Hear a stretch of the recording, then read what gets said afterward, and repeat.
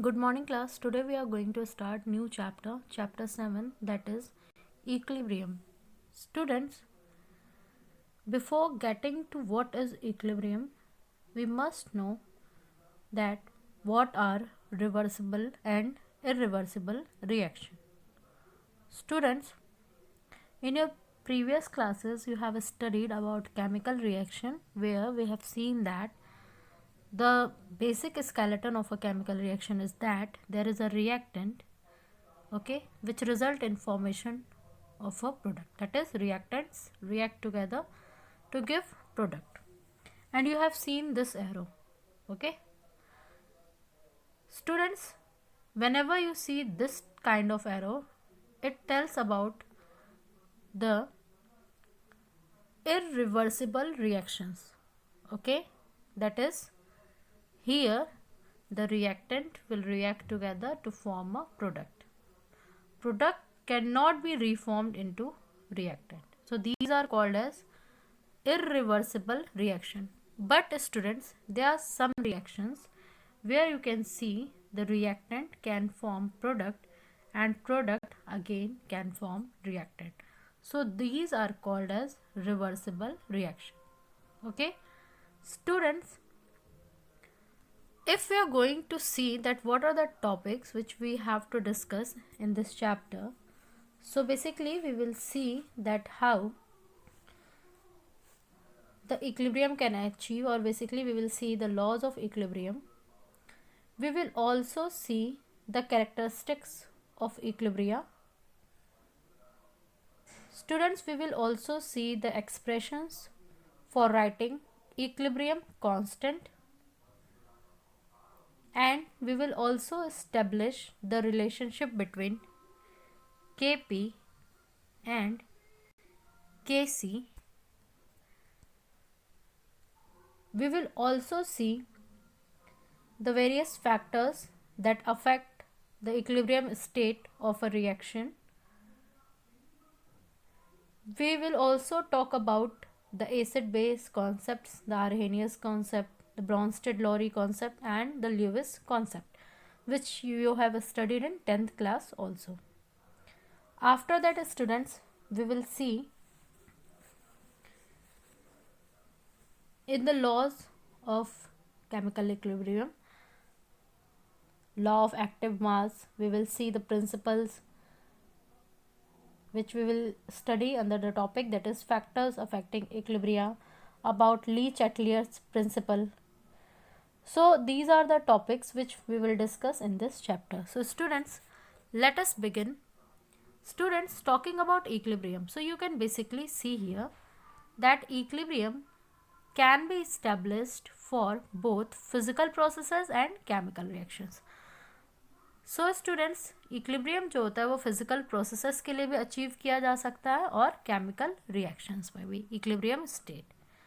Now students, अगर हम बात करें इक्विलिब्रियम में हो क्या रहा है, so at equilibrium two opposing processes, मतलब कि दो अपोजिंग प्रोसेस है, एक फॉरवर्ड प्रोसेस हो रहा है और एक रिवर्स प्रोसेस, और आप इसको इस तरीके से अज्यूम कर सकते हैं कि अगर एक कोई रिएक्टेंट आर है तो यहाँ पे एक फॉरवर्ड प्रोसेस हो रहा है जिसमें कोई एक प्रोडक्ट पी बन रहा है, लेकिन साइमल्टेनियसली ये जो पी है वो आर में कन्वर्ट हो रहा है, मतलब दो अपोजिंग प्रोसेस काम कर रहे हैं एक साथ. ओके सो स्टूडेंट्स, ये दोनों प्रोसेस इक्वल रेट पे है, इसीलिए इसको हम क्या कह देंगे, डायनामिक इक्विलिब्रियम. स्टूडेंट्स, अगर हम बात करें केमिकल इक्विलिब्रियम की, सो केमिकल इक्विलिब्रियम में हमें देखना है जो लॉ है केमिकल इक्विलिब्रियम का और इक्विलिब्रियम कांस्टेंट का.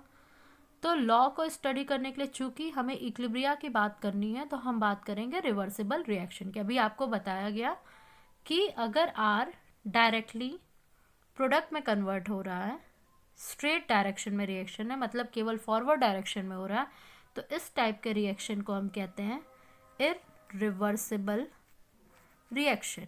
ओके और हमें यहाँ पे इक्विलिब्रिया की बात नहीं करनी है, हमें बात करनी है जब हम बात करते हैं रिवर्सिबल रिएक्शन की. तो स्टूडेंट, सपोज करिए कि कोई एक रिवर्सिबल रिएक्शन हुआ जिसमें A mole of A reactant react किया B mole of B reactant के साथ, और यहाँ पे C mole of C reactant और D mole of D reactant का फॉर्मेशन हुआ। ठीक है, यहाँ पे small a b c d आप इन्हें कोफिशिएंट कहिए, मोल्स कहिए, और जो capital A B C D है वो आपके रिएक्टेंट्स हैं। तो स्टूडेंट्स, इनके लिए हम जो इक्विलिब्रियम कांस्टेंट लिखते हैं वो कैसे देते हैं? इनके लिए हम इक्विलिब्रियम कांस्टेंट को लिखते हैं, जो हमारा जनरल रिएक्शन था, हम लिख देंगे Kc is equal to concentration of C to the power C into concentration of D to the power D upon concentration of A to the power A and concentration of B to the power B. Okay, now students, जब हमने ये terms दे दिया, that is equilibrium constant दिया, तो अगर हम बात करते हैं Kc, वो क्या है? स्पेसिफिक है किसी एक रिएक्शन के लिए। ठीक है, जैसे अभी हमने जो जनरल रिएक्शन देखा उसका Kc ये आ रहा है। ठीक है, अगर कोई और रिएक्शन रहता तो उसके लिए Kc की वैल्यू और रहती। ठीक है, और ये जो इक्विलिब्रियम इक्वेशन है, ठीक है, इसे हम लॉ ऑफ मास एक्शन भी कहते हैं। This is also known as law of mass action. Okay, now students, अगर हम बात करें the relation between equilibrium constant for a general reaction and its multiples, मतलब सीधे हम उसके मल्टीपल्स की बात कर रहे हैं। मल्टीपल्स की बात करने का मतलब कि सपोज करिए कोई एक केमिकल रिएक्शन है, AA plus BB gives CC plus DD and it is a kind of a reversible reaction, मतलब फॉरवर्ड प्रोसेस भी हो रहा है और बैकवर्ड प्रोसेस भी हो रहा है। तो स्टूडेंट्स, आप अगर इस डायरेक्शन में जो जा रहा है उसे हम फॉरवर्ड रिएक्शन कहते हैं, जो इस डायरेक्शन में आ रहा है उसे हम क्या कहते हैं? बैकवर्ड रिएक्शन कहते हैं। तो यहाँ पे आप देख पा रहे हैं कि इस पहले रिएक्शन के लिए जो इक्विलिब्रियम कांस्टेंट है वो हो गया Kc। सेकेंड रिएक्शन हम देख रहे हैं CC plus DD is forming AA plus BB, और उसी तरीके से AA प्लस BB फॉर्म कर रहा है CC प्लस DD। तो इसके लिए स्टूडेंट्स आप यहाँ पे देख पा रहे हैं clearly, you can see here, हमने इसके लिए रख दिया K' is equal to 1/Kc। ठीक है, और अगर कोई एक और रिएक्शन का टाइप है, जैसे NAA plus NBB is giving NCC and NDD, तो यहाँ के लिए क्या हो जाएगा? K'' C is equal to KNC। Okay, तो ये एक जनरल सा रिलेशनशिप है कि अगर हमें देखना है कि जो जनरल रिएक्शन है, इक्विलिब्रियम कांस्टेंट है, उनके मल्टीपल क्या हो सकते हैं। नाउ स्टूडेंट्स, अगर हम बात करें कि अगर कोई गैस फेज में रिएक्शन, ठीक है, अगर यही जनरल रिएक्शन की जिसकी वैल्यू हमने Kc में लिखी थी, अगर इसी के हम गैस फेज की बात करें, प्रेशर की बात करेंगे, तो उस केस में हम यहाँ पे Kp लिखते हैं। तो स्टूडेंट्स, हम यहाँ पे क्या लिखेंगे? Kp is equal to PC concentration of C into PD concentration of, wait students, concentration of D upon PA concentration of A into PB concentration of B।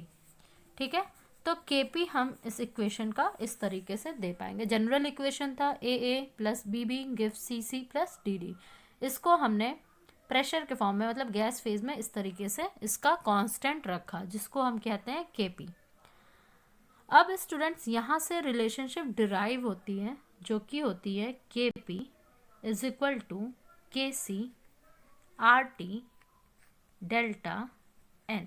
ठीक है, ये रिलेशनशिप आपके लिए इम्पॉर्टेंट है, इससे हम न्यूमेरिकल क्वेश्चन सॉल्व करेंगे आगे। ओके स्टूडेंट्स, नाउ हम बात करेंगे टाइप्स ऑफ केमिकल रिएक्शन की, कितने तरह के केमिकल इक्विलिब्रियम होते हैं। तो अगर हम बात करें केमिकल इक्विलिब्रियम, तो दो टाइप में, एक होमोजेनस हो सकता है, मतलब जिसमें जो रिएक्टेंट और प्रोडक्ट हैं वो सारे सेम फेज में हो, दैट इज अगर हमारा रिएक्टेंट जितने भी हैं वो सॉलिड फेज में है तो प्रोडक्ट भी सॉलिड फेज में हो, रिएक्टेंट अगर गैसियस फेज में है तो प्रोडक्ट भी गैसियस फेज में हो।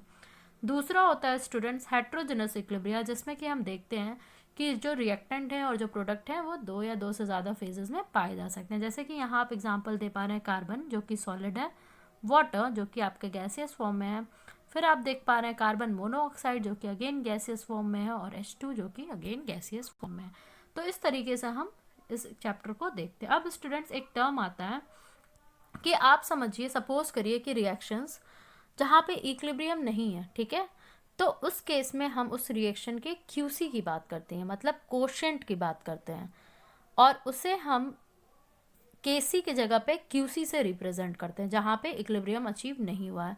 अगेन उसके लिए भी रेफरेंस यही रहेगा, अगर हमारा जनरल रिएक्शन है A plus B and it's gives C plus D, तो इसके लिए भी हम क्यूसी को एज इट इज़ लिखते हैं जैसे हमने केसी लिखा था। हम लिख देंगे concentration of C to the power C into concentration of d to the power d upon concentration of a to the power a and concentration of b to the power b। ये इसकी QC की value हो जाएगी।